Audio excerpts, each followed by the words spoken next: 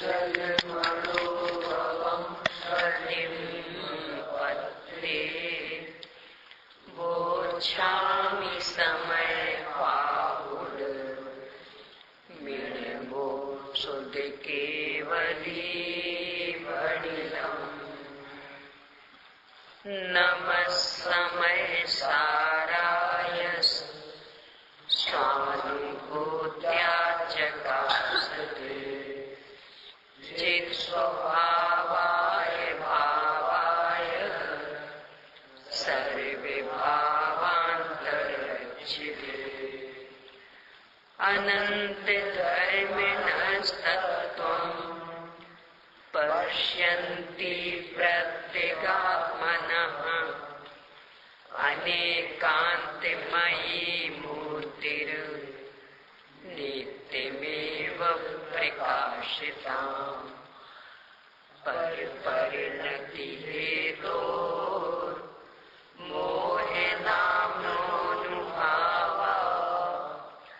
दविरतिमनुभाव्य व्याप्तिकल्माशिताय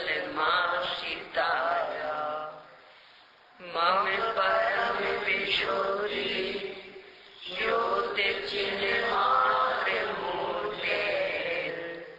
भवतु समय सारा व्याख्यैवानुभूते।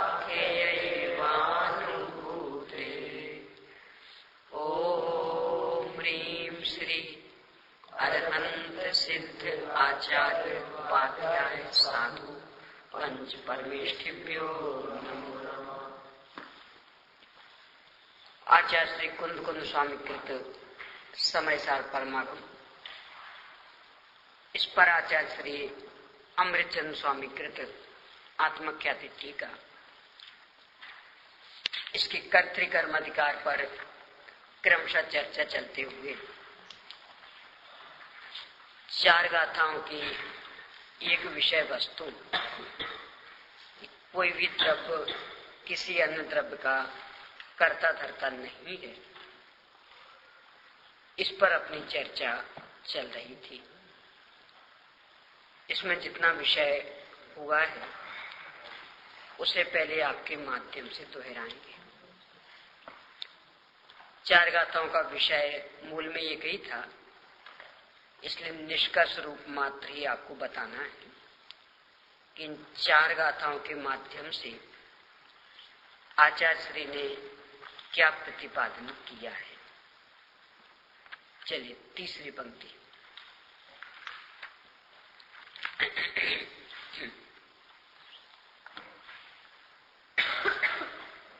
आगे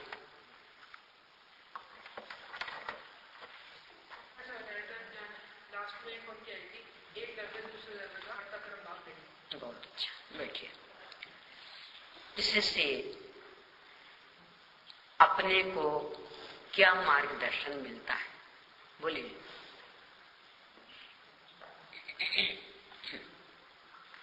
आइए। अपने विकल्प वगैरह करते रहते हैं और ऊपर से जो पर लक्ष्य जो भागते रहते हैं वो सब चीजों की जब हम पर करते ही नहीं है तो फिर हमारा उससे कुछ संबंध ही नहीं रखती, आकुलताएं मिट जाएंगी। आइए, अस्पष्टता है अभी, बोलिए। तीसरी पंक्ति, तीसरी पंक्ति।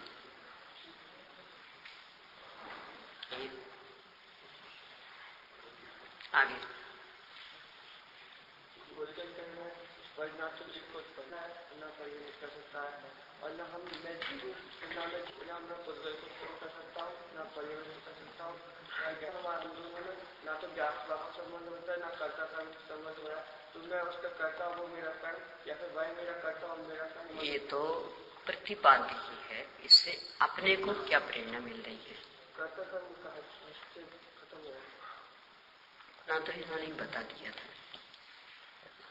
जो अस्पष्टता है विषय में उसे स्पष्ट करना है।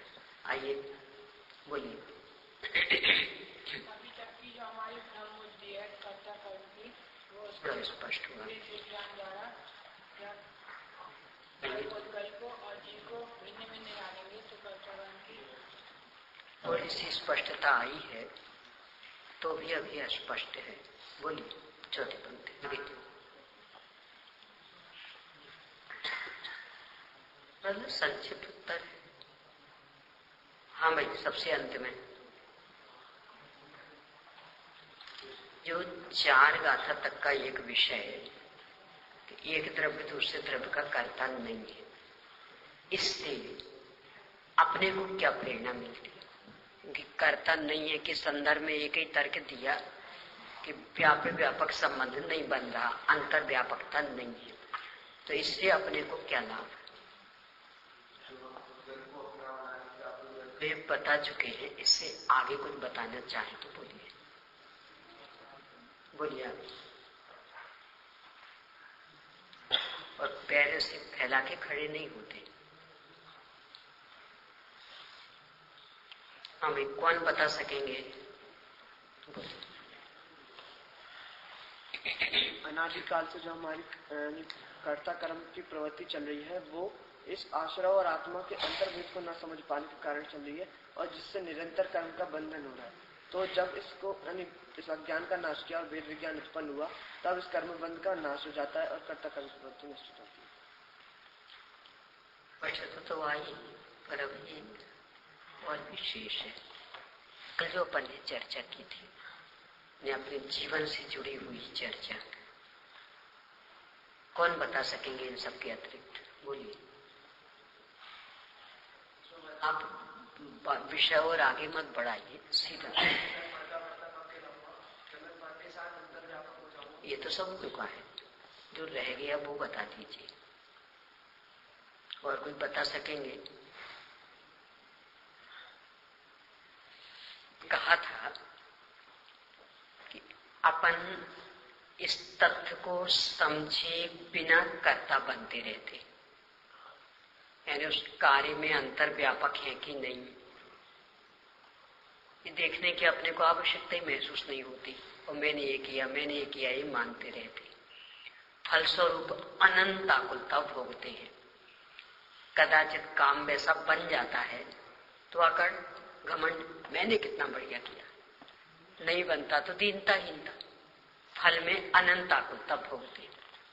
यदि ये कसौटी अपने को ख्याल में रहे कि जो जिसके साथ अंतर व्यापक होगा वही उसका कर्ता होगा, तो मैं इन पर पदार्थों के साथ अंतर व्यापक तो हूं नहीं, तो किया कैसे? तो जब किया नहीं ये विश्वास हो जाएगा तो उसको लेकर के जो घमंड हो रहा था अथवा दीनताहीनता हो रही थी वो सारी समाप्त हो जाएगी। बस इतना सा उत्तर था। बैठ जाइए, अभी बैठ जाइए। देखो, ज्ञानियों के एक एक समय के परिणाम में भी यह इतना समाय रहता जिसके बल पर निर्माणी बने रहते, मतलब ना अकड़ आती है और न दीनताहीनता। वो तो कितनी कितनी जगह अपन देख सकते हैं। मोक्ष मार्ग प्रकाशक में टोडरमल जी साहब ने जो अपना परिचय दिया उसमें भी मूल में वो मोक्षमा प्रकाशक में नहीं दिया गया है, वो है सम्यक ज्ञान चंद्रिका का, सम्यक ज्ञान चंद्रिका की प्रशस्ति। उसमें उन्होंने इस बात को उजागर किया कि बदल दी गई, इसमें तो है ही नहीं वो प्रस्तावना। और कोई वहां से मोक्षमा प्रकाशक लाई, पुराना वाला। पुराना मतलब ये है अभी नया प्रकाशन सोनगढ़ का, इसके अतिरिक्त कोई प्रकाशन हो तो उसमें प्रस्तावना में जो वो सम्यक ज्ञान चंद्रिका की प्रशस्ति उसकी कुछ पंक्तियां उद्धृत की, तो उनमें ये भाव लिया है कि ये कैसे लिखा गया, उसकी चर्चा वहां स्याही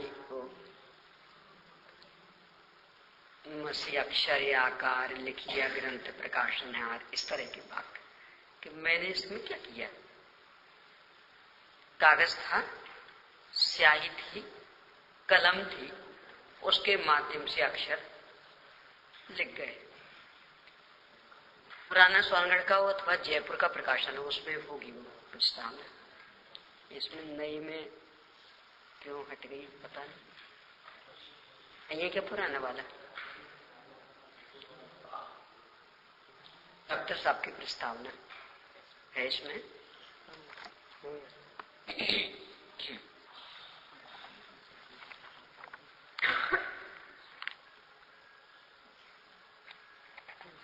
नहीं है इसमें।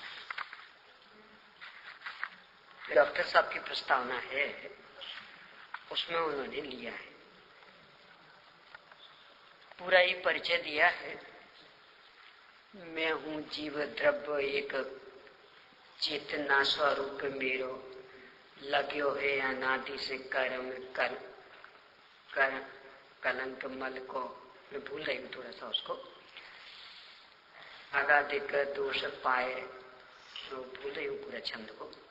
पूरा उसमें भाव ये है कि मेरा इसमें कुछ भी कर्तृत्व तो नहीं है, और कर्तृत्व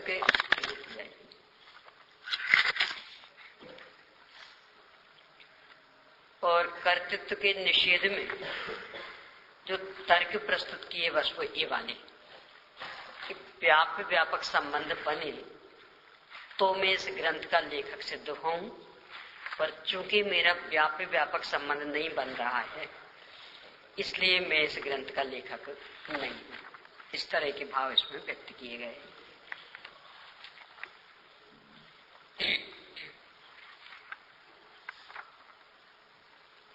इसमें 17 से लेकर 24 तक के पेज ही नहीं है, बाइंडिंग की ही गड़बड़ी है तो इसी में, पर वो पेज इसमें नहीं लग पाए। आगे पीछे कहीं लगे क्या? आगे पीछे भी नहीं है कहीं भी, पेज ही गायब है 17 से 24 तक के।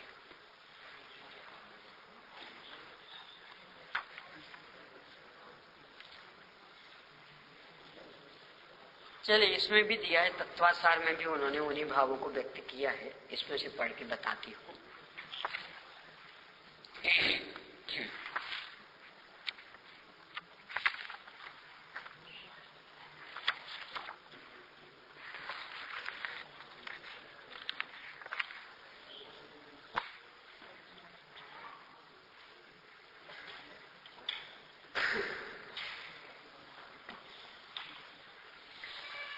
उनकी जैसी गंभीरता तो इसमें नहीं है, फिर भी वो विषय तो आया है।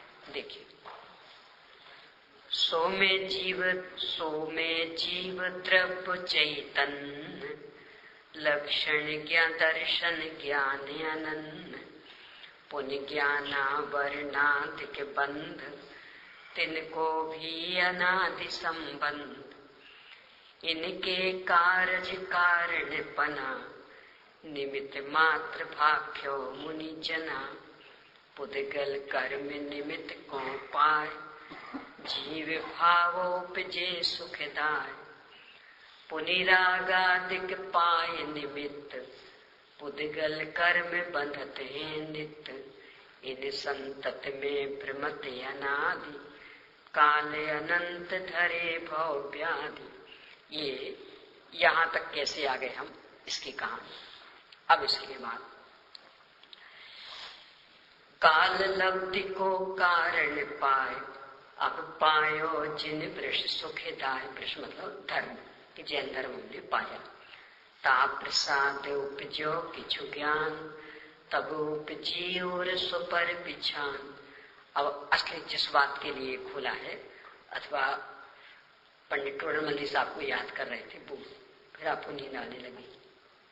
आप व्यापन जोग भाव है कर्म, जो व्यापे सो करता धर्म। आगे बात, व्यापक संबंध। जीव नहीं व्यापे परमाई, ताते पर को करता नाई। ये दृष्टि ज्ञानियों की निरंतर रहती थी कि जहाँ व्यापक संबंध घटित होगा वहां कर्ता कर्म संबंध घटित होगा। मैं किसी भी पर पदार्थ में व्यापक नहीं हूं, उसके काम में व्यापक नहीं हूं, तो मैं उसका कर्ता कैसे हो सकता? तो फिर कैसे लिखा गया ये ग्रंथ? ऐसा वस्तु स्वरूप विचार, मैं नहीं शास्त्र तनो करता, कि मैं शास्त्र करता नहीं हूं तो कौन है? कागज स्याही लेखन सर्व, ये पर्याय है पुद्गल द्रव्य। ये जो सब है पुद्गल द्रव्य, तो पुद्गल द्रव्य उसमें व्यापक, तो उसने किया है, मैंने नहीं किया। तो आपका कहा तो जाता कि हाँ कुछ कारण है, इनमें ना ही हमारो अंश, मैं निश्चयते चेतन हंस, धर्म रागते इच्छा जोय, सो भी मोह उदयते होय। कि मेरी इच्छा अवश्य इसमें निमित्त बनी, पर वो मेरा कोई स्वाभाविक काम नहीं है, वो तो मोह के उदय का कार्य है, वैभाविक परिणाम है, वो तो मेरा अपराधी परिणाम है। तो उसके बल पर मैं इसका कर्ता कैसे बनूं? ये दृष्टि ज्ञानियों की रहती थी निरंतर। मिला क्या दूसरा बात है तो इसी वाले में, पर इसमें वे वाले पेज नहीं है, तो इसकी ही दूसरी यदि प्रति हो जिसमें वो पेज हो तो उसमें होंगे वो। बहुत ही अच्छी पंक्तियां हैं कि ये सब पुद्गल द्रव्य का कार्य है। अपने को प्रति समय ये ख्याल में रहे, जैसा कि कलश में लिखा कि क्रिकच पद अध्ययम, यानी करोत के समान, आरी के समान प्रति समय लगातार चलानी पड़ती उसको। तो ये लगातार अपने अंदर धारा चले कि जिसके साथ व्यापक संबंध होगा वह उसका कर्ता होगा। मेरा किसी अन्य के साथ व्यापक संबंध नहीं बन रहा तो मैं कर्ता कैसे हो सकता? तो इसके बल पर ना तो घमंड होगा और न दीनताहीनता, सहज मध्यस्थता रहेगी, आकुलता का अभाव रहेगा।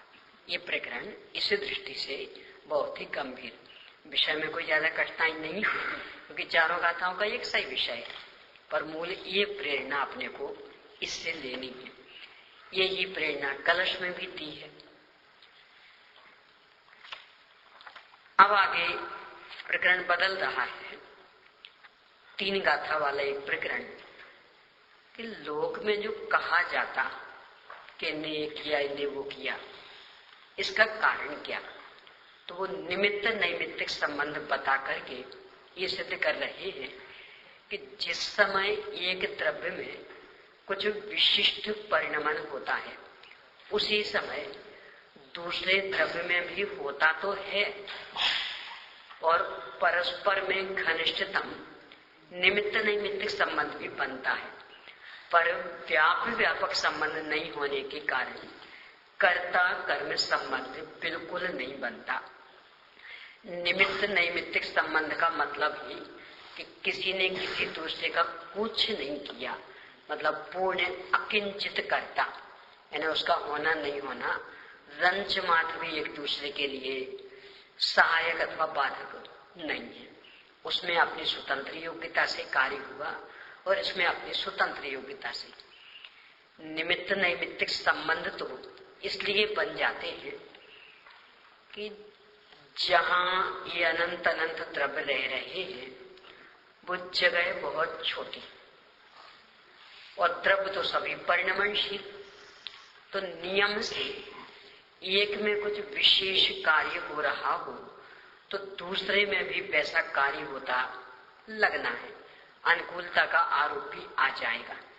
देखो ऐसा बहुत होगा, आप स्वयं भी अपना जीवन देखेंगे तो अनेकों प्रसंग बनेंगे। मान लो आप किसी अलग कमरे में हैं और आप किसी अलग कमरे में, एक दूसरे से कोई लेना देना भी नहीं। मान लो इतनी दूरी हो कि आप फर्स्ट फ्लोर पर और सेकेंड फ्लोर पर, और आप वो बिल्कुल शुरू वाले कमरे में और बिल्कुल अंत में, तो बिल्कुल ही उल्टा हो गया ना। तो भी ऐसा हो सकता कि आप भी 5 बजे उठे थे और आप भी 5 बजे, आपने भी उठ करके मंजन किया, करके आते थे? नहीं करते? जाके करते कि रात का दोष पूरा लगेगा। उदाहरण अपने को लेना है कि आपने भी जो जो किया, इनने भी जो जो किया, अब बाद में परस्पर मिले पूछा तो बताया कि मैंने इस समय ये किया था, इस समय, अरे मैंने भी इसी समय ये किया था। तो तीसरा यदि कोई सुन रहा होगा तो उसे तो ऐसा लगेगा कि जैसे एक दूसरे की साठगांठ थी। नहीं तो ऐसा कैसे बन गया? यानी जिस समय ये उठे उसी समय ये, जिस समय इनने ये काम किया उसी समय ये, पर उन दोनों से पूछा जाए तो कहते हमें तो पता ही नहीं था, हम तो अपने हिसाब से अपनी दिनचर्या की है। वे कहते हमने अपने हिसाब से दिनचर्या की। तो अपने अपने हिसाब से अपने अपने कार्य करते होने पर भी इस तरह के प्रसंग कितने बन जाते। यानी जब भी काम कर रहे थे अपन, उस समय बिल्कुल भी पता नहीं था कि कोई दूसरा भी इस समय ये काम कर रहा, पर बाद में जब परस्पर में वार्तालाप होता तो लगता है कि जिस समय मैंने किया था उसी समय इन्हें किया। तो किसके कारण किसने किया था पता ही नहीं था। ये कभी कभी जब बाजार जाने का होता उस समय ऐसे बहुत प्रसंग बन जाते। दो मित्र बिल्कुल अलग अलग दिशा में रहते, एक इस तरफ से आता, एक इस तरफ से आता, बिल्कुल एक दुकान पर मिल जाते। तीसरा देखने वाला कहता बराबर प्री प्लान आपका ये काम होगा, पर उन दोनों से पूछो तो पता, हम तो अपने अपने हिसाब से निकले थे। बस इसका नाम है निमित्त नैमित्तिक संबंध। तो कैसे बन गया ये कि जगह तो छोटी, दुकानें वही सीमित, समय भी सीमित, और बाजार निकलने का तो एक समय होता, खास करके नौकरी पेशा वालों का तो वो समय निकलेंगे, सह संबंध से बन जाना है। बस ऐसे ही वस्तु स्वरूप में कि अनंतानंत द्रव्य मात्र छोटे से लोकाकाश में, अनंतानंत द्रव्यों की दृष्टि से देखें तो असंख्यात प्रदेशी लोकाकाश क्या मायने रखता। रहने वाले द्रव्य अनंतानंत और उसमें असंख्यात प्रदेश मात्र रहने की जगह, तो कितना अधिक मिलजुल करके रहना पड़ेगा। और सब परिणमनशील, प्रति समय उनमें परिणमन भी हो रहा, तो कितना अधिक एक दूसरे के अनुकूल काम होता दिखना है। बस इतने से के कारण निमित्त नैमित्तिक संबंध बन जाता है, पर उसमें पूर्ण स्वतंत्रता विद्यमान रहती। यानी एक को दूसरे की कोई जानकारी भी नहीं थी। करने का तो प्रश्न ही खड़ा नहीं होता, पर हुआ है काम एक समय में, इस कारण कह दिया जाता है कि इसने ऐसा किया। इसकी वास्तविकता अपने को निरंतर ख्याल में रहना चाहिए कि पूर्ण स्वतंत्र योग्यता से उनमें काम हुआ है, किसी ने कुछ भी नहीं किया है, बस स्वतंत्र योग्यता से हुआ, पर एक समय में हो गया। यानी काल प्रत्या शक्ति, शास्त्रों का शब्द क्या है इसके लिए? काल प्रत्या शक्ति, यानी समय की निकटता, समय की एक रूपता। यानी जिस समय यहाँ कोई विशेष कार्य हुआ उसी समय वहां कोई विशेष कार्य हुआ। इतने से को लेकर के निमित्त नैमित्तिक संबंध रूप में प्रतिपादन हो जाता, पर उसमें पूर्ण स्वतंत्रता सुरक्षित है, इसलिए कर्ता कर्म संबंध बिल्कुल भी नहीं बनता। या इन तीन गाथाओं द्वारा इसे ही स्पष्ट कर रहे हैं कि लोक में जो व्यवहार चल रहा है वह मात्र निमित्त नैमित्तिक संबंध को लेकर के। तो इसमें दोनों ओर से घटित करेंगे, जीव का पुद्गल के साथ निमित्त नैमित्तिक संबंध और पुद्गल का जीव के साथ। पढ़ते हैं गाथा, 150 पेज पर है, 3 गाथाएं लगातार। जीव परिणाम हेतु कम्मत्तं पोगला परिणमन्ति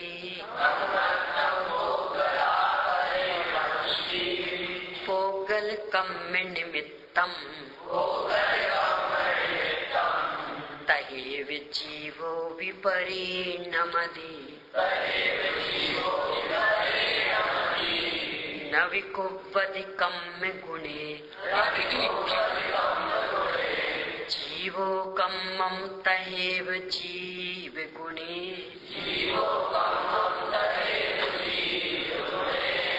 अन्योन्य निमित्तेन तु परिणामं जाने नम्पि एतेन कारणेन दो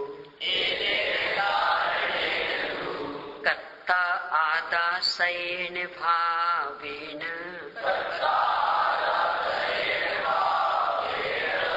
पोगलकम्य कदानं न तु कत्ता सभ्य भावाणम्। आप लोग ठीक से बैठिए, आप भी ठीक से बैठिए, ठीक से बैठ जाइए। जीव परिणाम हेतु कम्मत्तं पोगला परिणमन्ति पोगलकम्य निमित्तम्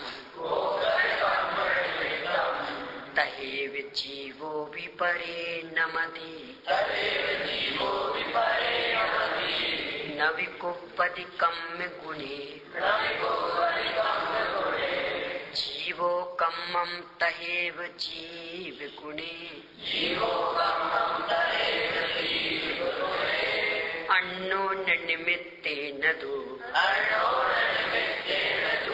परिणामं जाने नम्पि एनेन कारणेन दो कत्ता आदासेन भावेन पोगलकम्य कदानं न तु कत्ता सभ्य भावाणम्। पढ़िए एक साथ।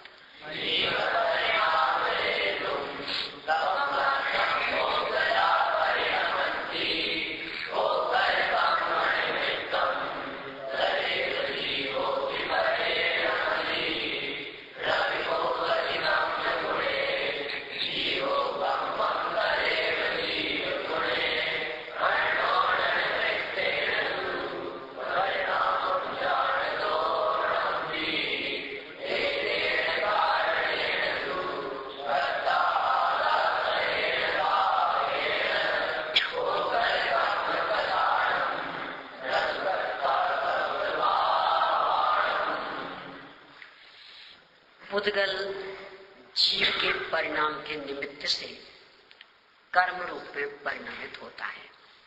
यानी जीव में जो मोहराग द्वेषादि परिणाम होते हैं, परलक्षी परिणाम होते हैं, उनका निमित्त पाकर पुद्गल कर्म रूप बदल जाता, कार्मण वर्णा कर्म रूप बदल जाती। तथा जीव भी पुद्गल कर्म के निमित्त से परिणमन करता है। यानी वहां पुद्गल कर्म का उदय होता है, खास करके मोहिनी कर्म का उदय होता है, तो यहाँ जीव में भी मोहरावेश परिणाम हो जाते हैं। ज्ञानावरण कर्म का क्षय उपशम हो तो यहाँ ज्ञान का विकास हो जाता है, ज्ञानावरण कर्म का उदय हो तो ज्ञान का विकास नहीं होता है। इस तरह से आठों कर्मों का लगा लेना। जीव कर्म के गुणों को नहीं करता, यहाँ गुण मतलब पर्याय। जीव कर्म रूप पर्यायों को नहीं करता है, उसी तरह कर्म जीव के गुणों को नहीं करता, यहाँ भी गुण मतलब पर्याय। परंतु परस्पर निमित्त से दोनों के परिणाम जानो, यानी एक दूसरे के साथ निमित्त नैमित्तिक संबंध बन जाता। यानी जिस समय जीव में मोहरावेश परिणाम हो रहे हैं, उसी समय पौद्गलिक कार्मण वर्णा कर्म रूप से बदल रही है। इसका नाम निमित्त नैमित्तिक संबंध। तो ये परस्पर बन जाता है। उसी तरह परंतु परस्पर निमित्त से दोनों के परिणाम जानो। इस कारण से आत्मा अपने ही भाव से कर्ता कहा जाता है, परंतु पुद्गल कर्म से किए गए समस्त भावों का कर्ता नहीं है। यानी जीव ने यदि किए हैं तो अपने मोहराग द्वेषादि विकारी भाव, पौद्गलिक कार्मण वर्णा ने किया है तो अपना कर्म रूप परिणमन, जीव ने कर्म रूप परिणाम नहीं किया और पौद्गलिक कर्म ने जीव में मोहराग दिशाली परिणाम नहीं किए, मात्र परस्पर निमित्त नैमित्तिक संबंध बना है। ये गाथाओं का विषय है। इसे ही वही मिट्टी, घड़ा और कुम्हार उदाहरण लेकर के आचार्य श्री टीका में स्पष्ट कर रहे हैं। मूल हेतु से ही आना है कि व्यापक भाव संबंध यदि नहीं बनेगा तो कर्ता कर्म संबंध बनने वाला नहीं है। निमित्त नैमित्तिक संबंध बन जाएगा, पर निमित्त नैमित्तिक संबंध का मतलब ही परस्पर में पूर्ण अकर्तृत्व। निमित्त नैमित्तिक संबंध का मतलब कि परस्पर में पूर्ण अकर्तृत्व, यानी एक ने दूसरे का रंच मात्र नहीं किया, मात्र उस तरह का काम दोनों में एक समय में घटित हो गया। तो एक समय में घटित हो गया, पर परस्पर में अकर्ता ही दोनों रहे हैं। इसका नाम है निमित्त नैमित्तिक संबंध। देखिए टीका देखते हैं। जीव परिणाम को निमित्त करके, यहाँ जीव परिणाम यानी मोहराग दिशाली विकारी भाव, तो जीव के परिणाम को निमित्त करके पुद्गल कर्म रूप परिणमित होते हैं, यानी कार्मण वर्णा कर्म रूप से बदल जाती। तो यहाँ पुद्गल में कार्मण वर्णा लेना और कर्म रूप में ज्ञान वर्णादि आदि कर्म, उनके उत्तर प्रकृतियां, ये सब ले लेना। और पुद्गल कर्म को निमित्त करके जीव भी परिणमित होता है। तो पुद्गल कर्म में 8 कर्म, उनके उत्तर प्रकृतियां, और जीव भी परिणमित होता, यानी जीव में जो भी ये 4 भाव बन रहे, औदेक, औपशमिक, क्षौपशमिक, क्षायिक, यानी वहां कर्म का उदय तो यहाँ औदिक भाव, वहां उपशम तो यहाँ औपशमिक भाव, वहां क्षय उपशम तो यहाँ क्षौपशमिक भाव, वहां क्षय तो यहाँ क्षायिक भाव। तो इस तरह की निमित्त नैमित्तिक संबंधता, तो जीव भी परिणमित होता है। इस प्रकार जीव के परिणाम को और पुद्गल के परिणाम को अन्योन्य हेतुत्व का उल्लेख होने पर भी, अन्योन्य परस्पर में हेतुत्व हेतुपना, पर हेतुपना निमित्त वाला, यानी निमित्त कारण, हेतु मतलब कारण, तो निमित्त कारण दोनों एक दूसरे के बनते हैं। तो हेतुत्व का उल्लेख होने पर भी जीव और पुद्गल में परस्पर व्यापक भाव का अभाव होने से जीव को पुद्गल परिणामों के साथ और पुद्गल कर्म को जीव परिणामों के साथ कर्ता कर्म पने की असिद्धि होने से ये वाक्य मुख्य कि यद्यपि परस्पर कारणता कही गई है, पर वो निमित्त कारणता, यानी जीव के परिणाम में पौद्गलिक कर्म का उदय आदि निमित्त है और कर्म के बंधन में जीव के मोहराग विषादी परिणाम निमित्त है।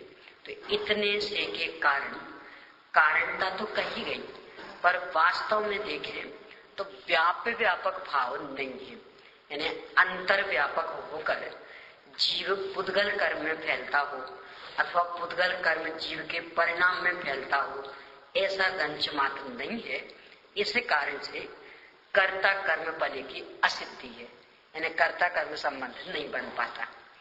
मात्र निमित्त नैमित्तिक भाव का निषेध न होने से, निमित्त नैमित्तिक भाव तो स्वीकार किया है, अन्योन्य निमित्त मात्र होने से ही दोनों के परिणाम होते हैं, यानी निमित्त नैमित्तिक संबंध बन रहा है तो ये तो स्वीकार है, पर कर्ता कर्म संबंध बिल्कुल भी नहीं है।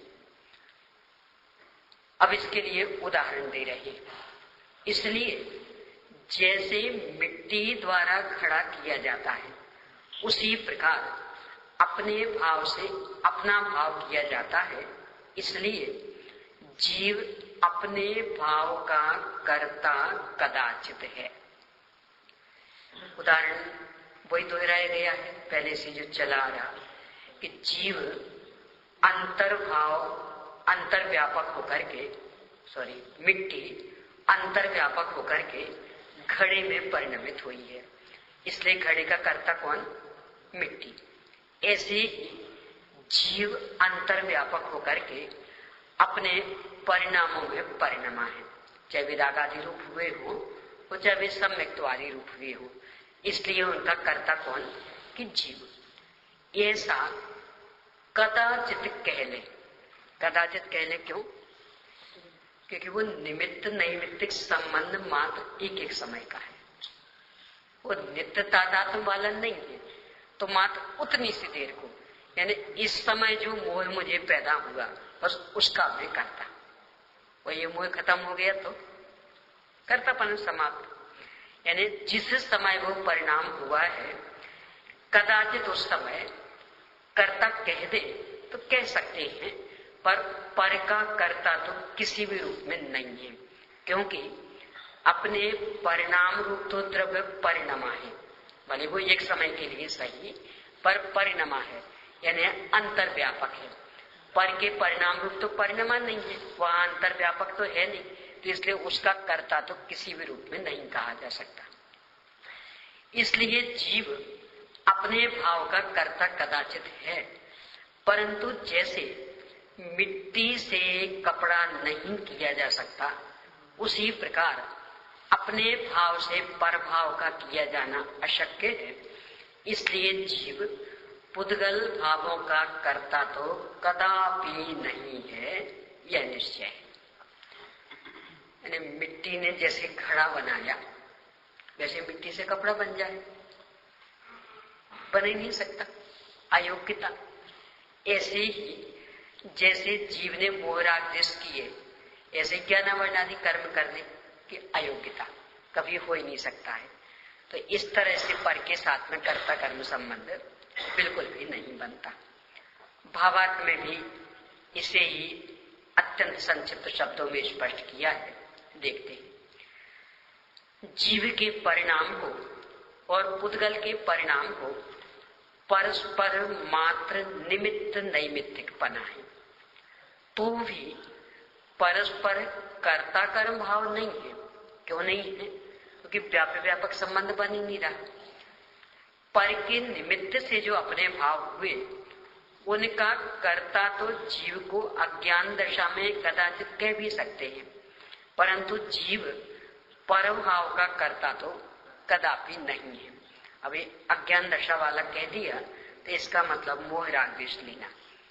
ज्ञान दशा वाला यदि ले तो उसमें औक्षमिक छायिक आदि भाव भी ले सकते हैं। समय सार परिशिष्ट में एक कर्ता नय है, तो कर्ता नय के आधार से जीव उस भूमिका में होने वाले अपने रागादि का कर्तक कहा जाता है। यानी साधक दशा में जबकि सम्यक ज्ञान प्रकट हो गया है, जीवन सम्यक रत्नत्रय संपन्न चल रहा है, उस समय भी कमजोरी वश भूमिका अनुसार राग द्वेष तो हो रहे हैं, तो उनका भी कर्ता कहना एक कर्ता नय का विषय कह सकते हैं। तो उस अपेक्षा से लें तो चूंकि उस एक समय यानी जिस समय वो राग हुआ, जीव ही उसको परिणमित हुआ है, तो कदाचित उसका कर्ता कहें तो कहें। अज्ञान दशा में तो वैसा वो मान भी रहा है अपने को। ने ज्ञानी होने पर रागादि होते तो हैं, उस रूप जीव परिणमता भी है, पर ये मेरे लिए हितकर है, उपादेय है, मेरी इनसे उन्नति हो रही, ऐसा वो मानता बिल्कुल भी नहीं है। ये मुझे करने योग्य है ऐसा बिल्कुल नहीं मानता, भेद ज्ञान उससे निरंतर चलता रहता, इसलिए करता नहीं कहेंगे। पर अज्ञान दशा में तो ऐसी मान्यता भी चल रही, मेरी जो उन्नति हो रही वो इस गुस्से के कारण है, मेरी बात में जो दम आती है, थोड़ी डांट फटकार लगा देते इस कारण ही, उनमें उपाधि बुद्धि भी चल रही, तो इसलिए कथनचित करता। यहाँ ये कह रहे हैं कि कोई भी परिणाम हो, यानी चाहे वो ज्ञान दशा का हो चाहे अज्ञान दशा का हो, चाहे वो औधिक भाव हो तो चाहे छायक आदि भाव हो, उस समय जीव द्रव्य उस रूप से परिणमित हुआ है, एक समय का उपादान उपादेय संबंध बना है, इस अपेक्षा से उसे उसका कर्ता कहें तो भले कह दे। वो परिणाम उस जीव का कर्म है ऐसा कहो तो भले कह दो, परंतु उसी समय कर्म में जो स्थिति घटित हुई है, अंतिम बीच वाले, उसी समय जो स्थिति घटित हुई है कर्म में, यानी उदय आदि अथवा क्षय आदि, उसका कर्ता तो जीवदंश मात्र नहीं है, उसका कर्ता पूर्णतया पुद्गल है। ये बात यहाँ बताई है। ठीक है, ये बात इतनी गंभीर है, इतनी मार्मिक है और अपनी समस्त आकुलताओं को नष्ट करके निश्चिंत बना देने वाली कि पुरुषार्थ सिद्धि उपाय जैसा ग्रंथ, जिसमें कि आचरण की मुख्यता है, चरणानुयोग की मुख्यता, उसमें भी इन्हीं टीकाकार आचार्य अमृतचंद्र स्वामी ने पूर्णतया इसी भाव को दोनों ओर से, यानी जीव की ओर से भी और पुद्गल की ओर से भी स्पष्ट करते हुए लिखा है। आप लोग चूंकि इसे पढ़ चुके हैं, विषय ख्याल में भी होगा, यहाँ उसे देखते हैं। 11वें नंबर का, 12वें नंबर का और 13वें नंबर का, ये जो 12वें से 12वां और 13वां, इन दो पद्यों में ये जो अभी 3 गाथाएं अपन ने पढ़ी, इसका पूरा सार और टीका का सार समाया हुआ है। पढ़ती हूँ यहाँ से, आपको यदि याद हो तो रह सकते हो, नहीं याद हो तो सुनिएगा। जीविकृतं परिणामं निमित्तमात्रं प्रपद्य पुनः दन्ने स्वयमेव परिणमन्ते त्रिपुद्गला कर्मभावेन परिणममानस्य चितात्मिकै सुमपि सुखैर्भावै भवति हि निमित्तमात्रं पौद्गलिकं कर्म तस्यापि। ये दो पद जिसमें 3 गाथाएं और टीका पूरी समाहित हो गई। क्यों ये विषय यहां लिया कि जो अपने को दिख रहा है उसको स्वीकार करते हुए उसकी वास्तविकता अपने को समझ में आ जाए तो भ्रांति टूट जाए। यानी मुझे पढ़ाने का भाव आया, आपने पढ़ा, आपको विषय समझ में आ गया, ये तो एक स्थिति बनी थी। यानी जिस समय मेरा पढ़ाने का भाव, उसी समय आपके ज्ञान के विकास की योग्यता। यहां तक स्वीकार करे तो कोई समस्या नहीं, पर अब इससे आगे बढ़कर चूंकि दोनों काम एक समय में घटित हुए और आपको खूब अच्छे से विषय समझ में आ गया और परीक्षा में 100 में से 100 नंबर पा लिए, नहीं पा सकते? पा सकते, धर्म में तो पा ही सकते हो। स्कूल में पा पाओ चाहे नहीं पा पाओ, तो धर्म में तो कटौती नहीं करते, कंजूस नहीं होते। यहाँ तो दे देते हैं, 100 में से 100 भी मिल जाते हैं। इसकी परीक्षा में मिले है ना, कई विद्यार्थी को मिले 100 में से 100 पहले की परीक्षाओं में। तो ये जो एक समय में घटना घटी, इसको लेकर के पढ़ाने वाला घमंड करे, हाँ मैंने पढ़ाया ना, देखो कितना ज्ञान विकसित हो गया इन बच्चों का, 100 में से 100 नंबर पा लिए। कदाचित स्पष्टीकरण की भी क्षमता हो तो मुझसे भी ज्यादा अच्छे से दूसरों को समझा देवे। ये प्रसंग कदाचित बन गया तो बोलो उस अकड़ का कोई अंत आएगा? पता क्यों इतने होशियार बच्चे मेरे पढ़ाए हुए हैं ना, जी थोड़ी मेहनत करती थी, इनके उपयोग में अच्छे से वो विषय बसा दिया है, देख लो, सुन लो। यहां कह रहे जरा जमीन पे आके खड़े हो जाओ। उस समय ये काम हुआ है, ये बात तो परम सत्य है। यानी जिस समय इसे समझाने का भाव आया उसी समय उनके विज्ञान के विकास की योग्यता। तो इतना तो परम सत्य, परंतु उसके ज्ञान का विकास उसकी अपनी स्वतंत्र योग्यता से हुआ है और यहाँ समझाने का भाव स्वतंत्र योग्यता से हुआ है। इस समझाने के भाव से उसके ज्ञान का विकास नहीं हुआ और उसके ज्ञान के विकास से यहाँ समझाने का भाव नहीं आया है। भैया सौमिल जी और बगल वाले भी नहा के नहीं आए, नहा के नहीं आए, कितना समझाया जाए। स्वयं भुक्त भोगी होने के बाद भी सचेत नहीं होते। तो यहाँ ये कह रहे थे कि वो जो एक समय में दो द्रव्यों के अलग अलग दो परिणाम हो गए हैं, ये हमें स्वीकार है। परस्पर टीका लेके मत बैठो बीच वाले, परस्पर निमित्त नैमित्तिक संबंध बना, ये हमें स्वीकार, पर बस उसकी सीमा यहीं तक है। इसलिए इससे आगे बढ़ने की कोशिश नहीं करना, यानी मेरे कारण उसमें वो हुआ ऐसा नहीं मानना। और ऐसा मानेंगे तो कि चूंकि हुआ तो है नहीं और माना, घोर अपराध अनंताकुलता भोगनी पड़ेगी, कर्म का बंध भी, और वर्तमान में भी या तो घमंड पैदा होगा तो उसकी आकुलता भोगना, अथवा फिर दीनताहीनता। यानी खूब अच्छे से समझ में आ गया आपको तो आकड़ेंगे हमने पढ़ाया इसलिए, और कदाचित नहीं आ पाया, क्या करें, या तो पत्थरों से सिर फोड़ने जैसी स्थिति बनती है, मेहनत कर करके परेशान हो जाओ, किसी को कुछ समझ में ही नहीं आता तो दीनताहीनता आ जाएगी।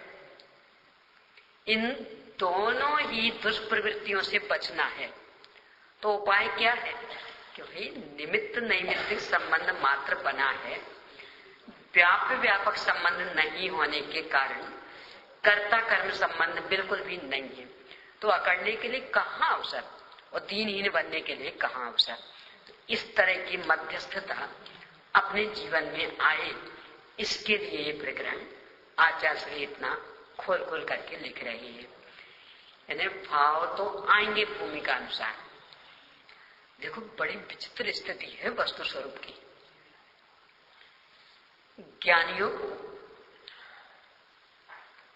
और ज्ञानियों में भी मान लो छायिक सम्यक दृष्टि भी हो, कि बाकी का तो कह सकते हैं कि सब गड़बड़ है, छाया सम्यक में चलमल अगाड़ दोष लग जाते तो वो दोष के कारण, पर छायिक सम्यक दृष्टि हो, चौथे गुण स्थान वाले सारे भाव अपने विद्यमान, लड़ने के, झगड़ने के, कमाने के, खाने के, पीने के, गृहस्थी बसाने के, सब करते हैं पूरा काम, यानी पूरी घर गृहस्थी चलती, 6 खंड का वैभव भी संभाल लेते, आते हैं भाव, उसके अनुसार वहां कार्य भी दिखता है। तो भी अनंत आकुल तक क्यों नहीं भोगते वे, बस इस परम सत्य की स्वीकृति के बल पर होता स्वयं जगत परिणाम, मैं जग का करता क्या काम, निमित्त नैमित्तिक संबंध बन जाता है। इसलिए दुनिया कह देती है कि इनने ऐसा किया, पर मुझे तो असलियत पता है ना। अज्ञानी जीव उतना अधिक कर्ता नहीं होने पर भी, अज्ञानी को तो कोई 6 खंड संभालने को मिलते नहीं। वस्तु स्वरूप भी कितना गजब का, वो जो कहावत है ना, गंजे को नाखून नहीं मिलते, यानी ज्यादा कुछ कर नहीं पाता है तो इतनी आकुलता भोगता है। यदि 6 खंड को संभालने की जिम्मेदारी इसके ऊपर आ जाती तो क्या हाल होता। बस इसीलिए अज्ञानी के ऊपर वो 6 खंड को संभालने की जिम्मेदारी नहीं आती। किनके ऊपर आती, कि जो इस परम सत्य को स्वीकार करते हैं कि मेरे ऊपर किसी की जिम्मेदारी नहीं है, बस मेरे अंदर वैसा भाव जगेगा, पर बाकी होना नहीं होना उन द्रव्यों का अपना अपना परिणमन। तो उनको ही ऐसा पुण्य बनता कि इतनी जिम्मेदारी आ जाती और फिर भी वे बिल्कुल निर्भर बने रहते, ये बोझ नहीं रहता उनके सिर पर। अपन जैसों के ऊपर तो कोई एक काम की जिम्मेदारी सौंप देना तो इतने उस बोझ से दबने लगे कि दूभर हो जाए जीवन, रात की नींद मुश्किल हो जाए। सब क्यों क्यों बेचैन क्यों? सब वो काम करके देना है। एक छोटे से काम में इतनी आकुलता हो जाए, क्यों? कर्ता बन रहे ना, मेरे ऊपर ही जिम्मेदारी, इसलिए। और चक्रवर्ती जैसे चिन्मय भैया इनकी तो नींद बिल्कुल हमेशा के लिए प्रसिद्ध है। तो चक्रवर्ती जैसे कि जिनके ऊपर इतनी बड़ी बड़ी जिम्मेदारियां और फिर भी कोई चिंता नहीं, आराम से सब चलता, धर्म में भी कहीं बाधा नहीं पड़ती। आप चक्रवर्तियों का जीवन पढ़े, बराबर व्यवस्थित दिनचर्या, धार्मिक षटावश्यक कर्म भी बराबर व्यवस्थित। क्या ये कौन है? शिवम शिव क्या नाम? चिद्रूप ध्रुप ना, अचित रूप बन रहे हो स्टेटों का है। अपने ऊपर थोड़े से काम की जिम्मेदारी आती है तो षट आवश्यक कर्म लड़खड़ाने लगते कि सब आज पूजन ठीक से नहीं की, यहाँ सब वो अमुक काम करना है ना, इसलिए। यानी ये सत्य नहीं समझते तो इसका ही दुष्परिणाम। और ये परम सत्य समझ में आ जाए कि बस मेरी भूमिका तो बस वो परिणाम करने जितनी है, वो राग भाव आएगा, ऐसा कर लूं ऐसा कर लूं, ये भाव आएगा, बीच वाले जगाओ इनको, इससे आगे तो मेरा कोई योगदान नहीं है। तो बोझ के लिए कहाँ अवसर, ज्यादा उसको सोच सोच करके परेशान होने के लिए कहाँ अवसर। इसके बल पर इतनी बड़ी बड़ी जिम्मेदारियां भी बिल्कुल सहज निभ जाती। अपने अपने जीवन में भी इस तरह की सहजता आ जाए, निर्भरता आ जाए, इसके लिए प्रकरण आचार्य बार बार लिख रहे हैं कि अपने में बस कदाचित होगा तो वो भाव, बाकी होना जाना तो उस द्रव्य की अपनी अपनी योग्यता, इसलिए उसको लेकर के व्यर्थ में परेशान होने की आवश्यकता नहीं है। तो निमित्त नैमित्तिक संबंध की पूर्ण स्वीकृति और कर्ता कर्म संबंध का पूर्णतया निषेध। ये सामंजस्य, ये समन्वय अपनी दृष्टि में पूरा रहे। निमित्त नैमित्तिक संबंध बनता है पूरा पूरा स्वीकार, पर इसका मतलब मुझे कुछ करना पड़ेगा, उसमें मैं व्यापक हो जाऊंगा, ये दंश मात्र नहीं। इसलिए निर्भरता पूरी सुरक्षित। और निमित्त नैमित्तिक संबंध की स्वीकृति मतलब ही स्वातंत्र, अकर्तृत्व, कि उसमें करना क्या है मुझे दूसरों में, दूसरे का तो उसका अपनी योग्यता से परिणमन होगा। इसका ये अपने अंदर भाव जगे, इसके लिए इस प्रकरण को इतना विस्तार आचार्य से दे रहे। ठीक है,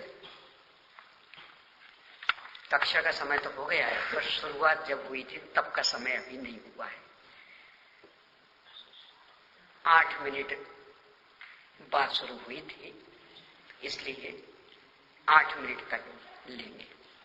83 गाथा देखते हैं। अब विषय ये है कि जैसे हमने बोली जो मतलब कहा कि पर की निमित्त से जो मतलब अपने भाव हुए अज्ञान दशा में, उन्हें ठीक क्या करता था। तो अगर अज्ञान दशा का मतलब क्या है? अभी नहीं बताया था, नींद निकाल रहे थे आप, बैठ जाइए। अज्ञान दशा मतलब मिथ्या दशा, मैं इसका करता हूं, इससे मुझे लाभ होगा, इस तरह की मान्यता। और फिर बाद में ज्ञान दशा भी ले लेना।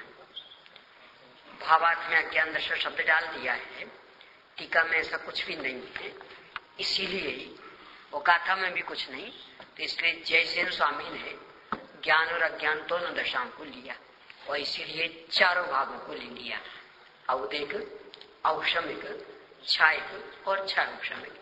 ये जो 4 प्रकार के परिणाम हो रहे हैं, इनमें अपने अंदर जो परिणाम हुए उनका तो कथनचित करता है। तो कथनचित मतलब उस समय, क्योंकि कर्ता कर्म संबंध एक समय का ही बनता, तो उस समय करता है, बाकी समय तो नहीं। पर उस समय भी पौद्गलिक कर्म में जो परिणमन हुआ, यानी यहाँ औदिक भाव तो वहां उदय, यहाँ क्षय उपशम भाव तो वहां क्षय उपशम, उसका कर्ता जीवरंज मात्र नहीं है, कथनचित भी नहीं है, यानी उस समय भी नहीं, हमेशा होने का तो प्रश्न ही नहीं। ठीक है, ने भावार्थ में अकेले अज्ञान को लिया है, परंतु टीका में सामान्य कथन है, गाथा में भी सामान्य कथन है, और इसीलिए टीकाकार जयसेन स्वामी ने इसमें दोनों को लिया। यानी जीव में जो जो भी परिणमन हो रहा, चाहे वो विकारी हो चाहे अविकारी हो, और इसकी पुष्टि अपने जो परिशिष्ट के नए कर्ता नए उससे भी सिद्ध होती है कि ज्ञानी भी साधक दशा में कर्ता नए से रागादि विकारी भावों का कर्ता कहा जाता। तो फिर कथनचित का, कि कथनचित मतलब उस समय, यानी कथनचित दो तरह से लागू पड़ सकता। एक तो कथनचित मतलब किसी दशा में, तो किसी दशा मतलब अज्ञान दशा में, ज्ञान दशा में नहीं। और एक कथनचित यानी मात्र उस समय, यानी जिस समय वो राग हुआ है उस समय जीव ने वो किया, जिस समय वो सम्यक्त तो हुआ है उस समय जीव ने किया, जिस समय वो पर्याय व्यक्त हुई है उस समय जीव ही उस रूप परिणमित हुआ है, अंतर्व्यापक हुआ है, इसलिए जीव ने उसे किया। ये कदाचित कहो तो कहो, हमेशा के लिए नहीं। तो उस अपेक्षा से भी कदाचित कथनचित का प्रयोग हो सकेगा, और यहाँ हुआ है। ठीक है, उसमें अंत में लिया था कि जीव अपने परिणामों का 13वीं गाथा तो अभी हुई नहीं है। उसके ये लिया था कि जीव अपने परिणामों का कर्ता कदाचित। दो परिभाषा दी थी कि जो स्वतंत्र परिणाम करे और जो उस रूप परिणाम हो जाए, तो दोनों बातें जीव पर घटित हो रही, तो फिर कदाचित क्यों? एक समय का है, इसलिए अनादि अनंत नहीं है। यानी कोई सी भी पर्याय होगी तो मात्र एक समय के लिए। तो पर्याय की संतति देखें तब तो हमेशा, पर एक एक पर्याय को देखें तो वो पर्याय ही एक समय की है, तो उसके साथ कर्ता कर्म संबंध भी एक समय का बनेगा, इसलिए कदाचित कथनचित। यानी कोई से भी पर्याय ले, चाहे शुद्ध हो चाहे अशुद्ध, पर पर्याय की आयु ही एक समय की है, तो उसके साथ संबंध कितना बनेगा? एक समय का।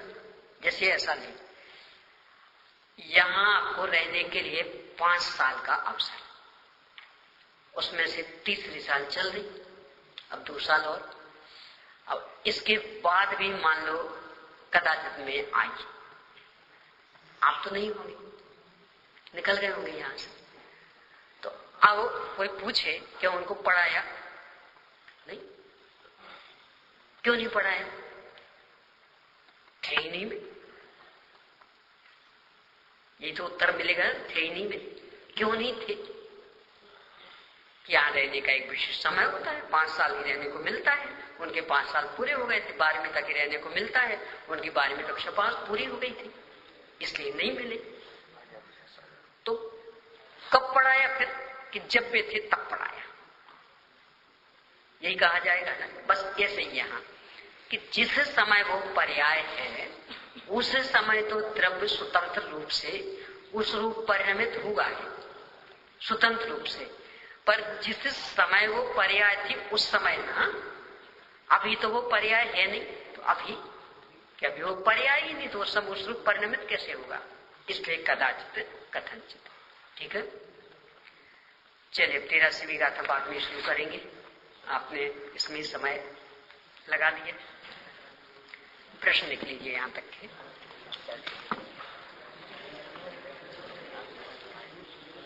जीव के परिणाम और पुद्गल के परिणाम का पारस्परिक निमित्त कारणत्व, यानी निमित्त कारणपना, अथवा निमित्त नैमित्तिक संबंध, इस पर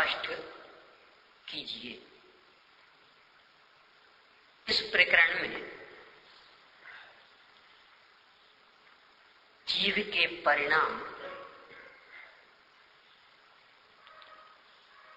और पुद्गल के परिणाम में क्या क्या लिया गया है। बोला इस निमित्त नैमित्तिक संबंध की जानकारी क्यों आवश्यक है। ये जानकारी क्यों आवश्यक है, इसमें जो अभी अपन ने लाभ वाली चर्चा की, इन्हें अपने जीवन से जोड़ने वाली, तो वो वाला उत्तर आएगा। बस